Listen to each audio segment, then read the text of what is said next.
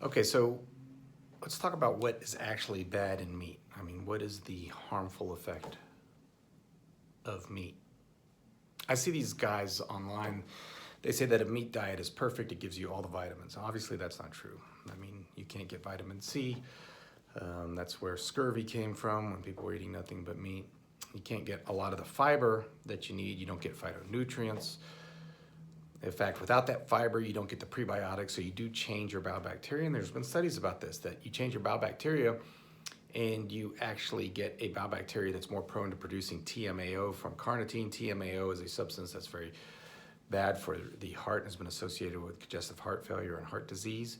And you also get a microbiome that doesn't produce butyrate, which is protective to the colon and anti-inflammatory. But besides what you're missing, what are you getting? What's bad in the meat?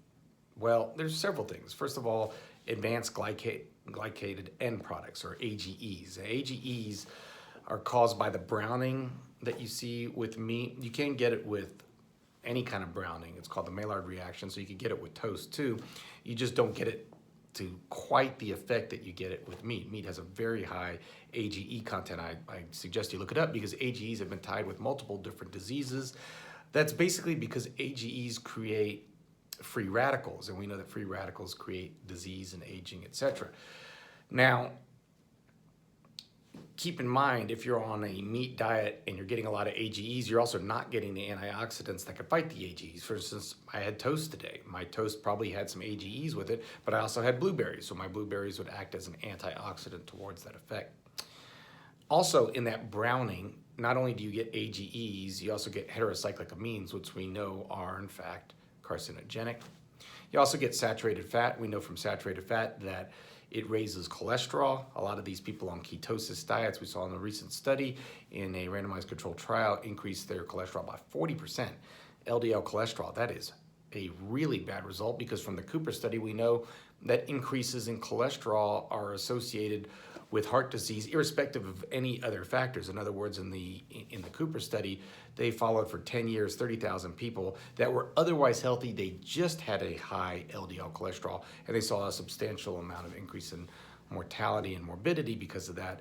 And so that increase in cholesterol is important. We also know that saturated fat is tied with cancers, and that saturated fat actually causes damage to the gap junctions of your cells in your intestine. You hear people talking about leaky gut a lot. Well, that is the leaky gut. That damage to the gap junctions allows what's in your intestine to get into your body. And so what is in your intestine, especially for eating meat, is endotoxin. So they did a great study, randomized controlled trial, where they gave people either cream or orange juice or water, and with the cream group, they saw a dramatic increase in inflammatory mediators, because what's happening is endotoxin from the intestine, when combined with the saturated fat, is able to get into the body, and the body then creates an inflammatory reaction to it. We also know that animal proteins have higher amounts of leucine. We know that leucine stimulates the mTOR aging pathway and also stimulates IGF-1, which is associated with cancers. Of course, meat also has more sulfur-containing amino acids, and those sulfur-containing amino acids actually create acidosis. You don't get acidosis by eating acid, so don't go and drink alkaline water. That's not going to make an effect. Your body will acidify it as it gets into your stomach. What creates acidosis, and it's not acidemia, that's a different thing. Acidosis is the absorption of these sulfur-containing amino acids. It is buffered by electrolytes. And so if you're not getting a good electrolyte, and we know that people that eat a very high meat diet often have very poor electrolyte intake.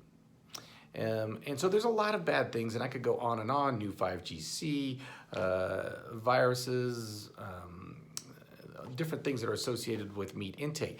The key is this actually affecting your health? So we know from the recent World Health Organization that processed meat is a class 1 carcinogen, meaning they definitely think it is a carcinogen.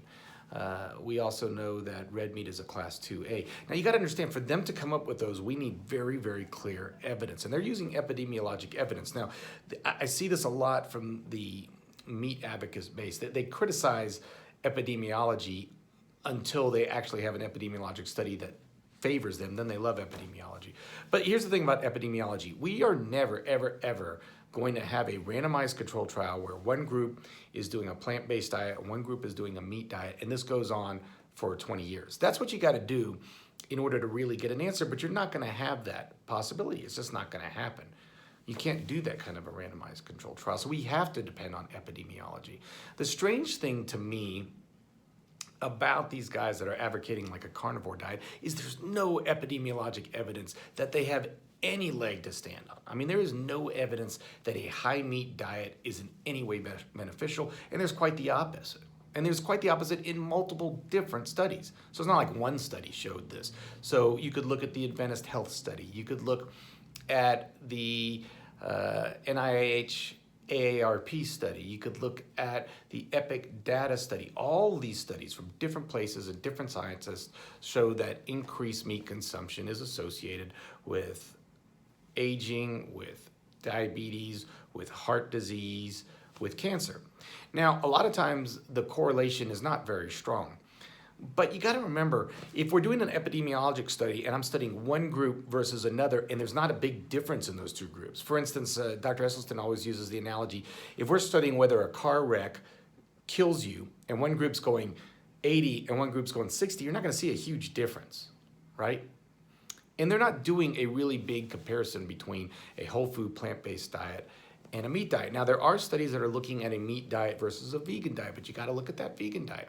And in most of those studies in the vegan diet, they're very low fiber, 20 grams of fiber. This is not a healthy vegan diet. A lot of them haven't been supplementing their B12, so they're low in B12. And they're low in calcium because they're not eating a really plant-based diet that should be high in calcium. And what do we see? Well, we still see that the vegans do better than the meat eaters. The other thing they do in these studies is they control for weight. So they say, well, weight is an independent factor of disease. And in the vegan group, they tend to weigh less than the meat group, so that's unfair. So therefore, we're only going to look at people weighing the same. Well, what they've done is removed one of the huge benefits of a vegan diet is that it's a high fiber diet and is associated with lower weight.